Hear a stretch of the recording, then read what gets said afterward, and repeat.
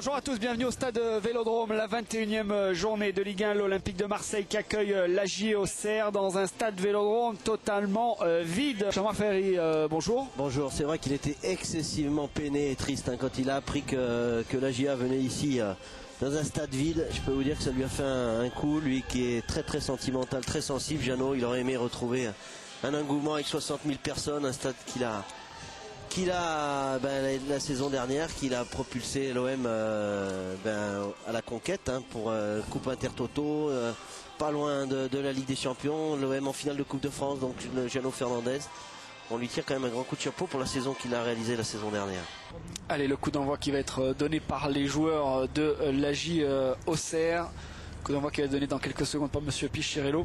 Attention à cette équipe d'Auxerre, finalement, Jean-Marc, on le disait, qui redresse un petit peu la tête dans ce championnat de L1. C'est une bonne équipe, c'est une équipe qui est quand même assez talentueuse, où il y a de très bons joueurs. Je pense à Pedretti, à Chérou, à Kanga, à Calais, à Gélène qui revient bien, une défense qui se connaît par cœur, mais qui a laissé échapper beaucoup trop de points à cause de la Coupe d'Europe, la Coupe Intertoto. Il n'avait pas l'effectif Jeannot Fernandez pour jouer sur tous ces tableaux-là, avec un effectif très limité, ce qui leur a coûté évidemment beaucoup de points en championnat, même si aujourd'hui ça va un peu mieux. Le premier coup franc de Monsieur Pichirello.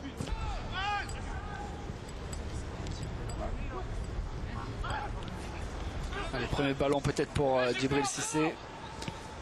C'est dégagé par la charnière centrale. Il a récupéré. Bach qui a tenté d'y aller tout seul. Ouais, Bach, l'ancien joueur de Châteauroux, qui est un joueur qui va très vite, très rapide, qui était préféré à Kallenberg. Oh, il est au fond, il est au fond, ouais, la frappe de Ribéry. Il est au fond dans un silence de cathédrale. Ouais, c'est Franck Ribéry et Olivier Sorin. Ouais. Quelle erreur de main du gardien de but auxerrois, de Sorin. Alors, on va revoir, une frappe à Lodine. Bon, elle est cadrée. Ah ouais, un rebond juste devant Sorin. Regardez, il montre l'état de la pelouse. Bon, enfin, la pelouse, même si elle est légèrement bosselée, c'est quand même une bonne pelouse. Non, il est surpris par c'est lui. C'est vraiment lui. Ah, grosse faute de main d'Olivier Sorin. On va peut-être essayer de moins parler cet après-midi que d'habitude, Sébastien. Pour justement écouter ce que se disent les joueurs. Il n'y a pas eu encore de corner. Si, il y en a eu un pour la Auxerre. Il y en a eu un. On n'a pas été attentif. C'est ce que disait justement le gardien de but. Ouais, il disait justement, c'est vrai que ce que je disais tout à l'heure, c'est qu'il disait à ses défenseurs de rester attentifs. Attention à Yélène qui s'emmène ce ballon. Yélène, la parade de Cédric Carasso face à l'attaquant polonais décisif. Ouais, il avait fait le plus difficile, le polonais, avec une série de dribbles gagnants. Toujours le même type de ballon en profondeur. Là, il vient faire le tour il vient devancer Rodriguez. Après le petit crochet pour éliminer Zubar. Et après le super barré de Carasso, parce que ce ballon, il prenait le chemin des buts. Attention, corner, deuxième poteau, la reprise, l'égalisation. Et ouais, de Gélène. Ouais. Malheureusement, on l'attendait, ça faisait 2-3 minutes que Yélène s'était montré dangereux. Il en faut pas 150, c'est son 6e but depuis le début du championnat. Ouais, c'est Abibay qui manque son contrôle. Et puis derrière, il y a Gélène. Il la met bien, il la met croisée. Dans l'angle où il y a Nasri en plus, au poteau. Regardez, Bay qui manque son contrôle. Et puis derrière, Gélène, sans se poser de questions, qui croise superbement sa frappe, tir croisé, pour tromper Carasso, juste avant son énorme occasion. Tout est à refaire pour l'OM. Marseille qui a fait le plus difficile en ouvrant le score. Par intermédiaire de cet homme-là, Franck Ribéry.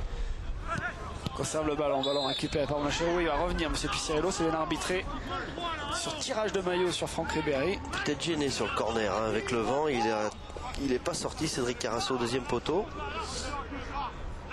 Il a hésité. Et derrière, il y a eu aussi le ballon qui a mal été apprécié par Abibay, qui a manqué un peu son contrôle. Peut-être aussi le vent qui a mis une trajectoire un peu bizarre à ce ballon.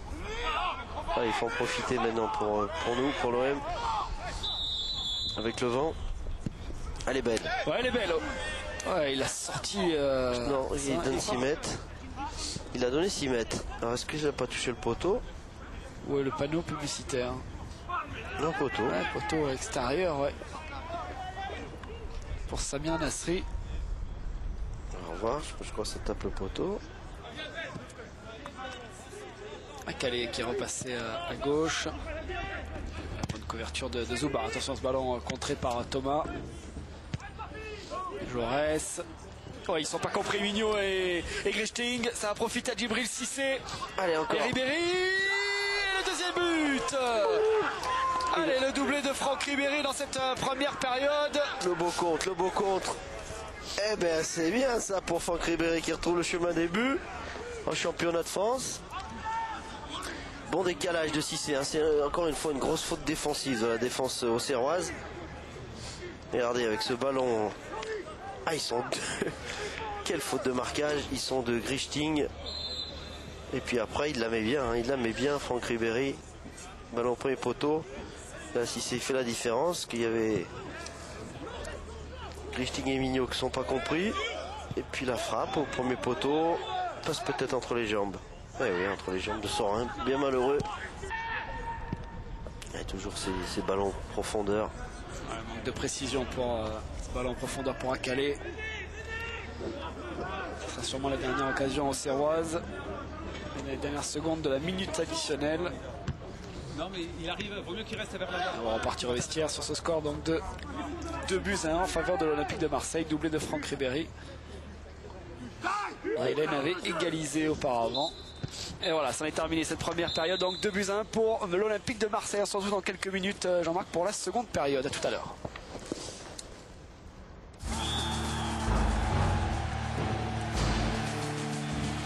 Sur ces deux occasions, Marseille a fait la différence dans cette première période. Oui, j'ai pu voir la mi-temps le président de la GIA, Jean-Claude Hamel, qui était très déçu d'être mené au score. C'est vrai qu'un score de parité aurait mieux reflété cette première mi-temps, mais c'est tant mieux pour nous, pour le moment. Seule la victoire de toute façon sera belle, on oubliera tout le reste. S'il y a les 3 points au bout, et Dieu sait s'ils seront importants, puisque l'OM a l'occasion, on l'a dit, de passer devant Lens et de prendre la 2e place. Oui, car avec ce succès, pour l'instant, Marseille est provisoirement 2e.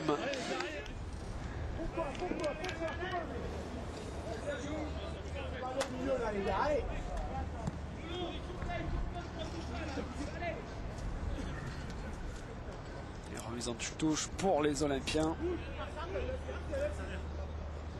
Aïtaïwo.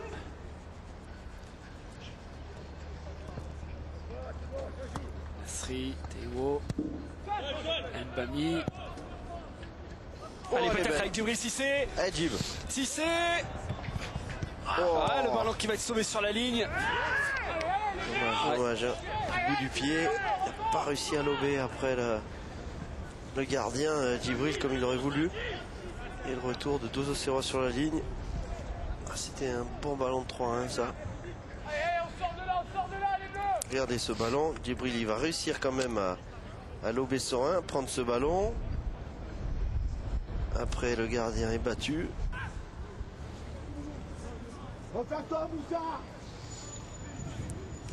Ce sera la bête noire hein, pour Jeannot Fernandez. Ces scores se confirment, les Auxerrois, les Marseillais qui prendront 6 points sur les 2 matchs. Le match n'est pas terminé, même si Marseille va bénéficier d'un corner. L'OM qui avait déjà été très bon hein, au match aller. C'était dans la super période en début de saison des Olympiens. Donc on a retrouvé un très bon Franck Ribéry. Un bon niveau qui a vraiment retrouvé du jus. Un ballon dégagé par Kaboul. Calais. Le ballon plein axe avec Sana. Niang. Mamadou Niang qui va rentrer à la surface de réparation, qui est accroché. Faute, ouais. Ouais. Ah, il pouvait même décaler Cissé à droite. Mamadou dans la série de dribbles. Ils sont pas d'accord, ni Mignot ni Grichting. On va revoir tout ça ralenti. Allez, il faut prendre tout son temps pour le corner, pour le coup franc. Alors, ouais, peut-être accroché au départ de l'action. Mieux le revoir sous cet angle-là. Un super numéro de Niang. Ouais, il n'a pas touché. Hein. Non. Il n'a pas touché. Allez, ce serait bien de le cadrer, ce ballon. et de trouver la lucarne. Alors on va décaler Taillot. Ouais, il faut faire dans le simple là, à mon avis. Il est direct. Il avait mis le même face à Rennes. Hein. Ouais. C'était de l'autre côté. Là, il va être décalé par Ribéry. Taillot. Oh, le troisième but. Cadré, je vous avais dit que si cadre, il marque. Ah oui, on peut rien faire, ça va très vite. C'est le but de la victoire, ça. Ça, c'est le but de la victoire, de la gagne. Et 3 points qui font faire beaucoup de bien. Taillot qui avait été très bon, hein, ça concrétise son bon match. Ça récompense. Quelle frappe. Cette vitesse. Grosse frappe. Ouais, il se détend en portant bien hein, sur son côté, serein. Mais il peut pas la prendre. En plus, il est masqué. Là, il peut rien faire. Long ballon de Taillot. Niang au deuxième poteau. Il va lutter pour prendre ce ballon. Devant Jaurès. Et voilà, monsieur Piccirillo qui siffle la fin du match. Victoire de l'OM ici, 3-1 dans un match, on l'a dit, très très bizarre. Mais seule la victoire est belle, il fallait prendre ces 3 points. L'OM l'a fait.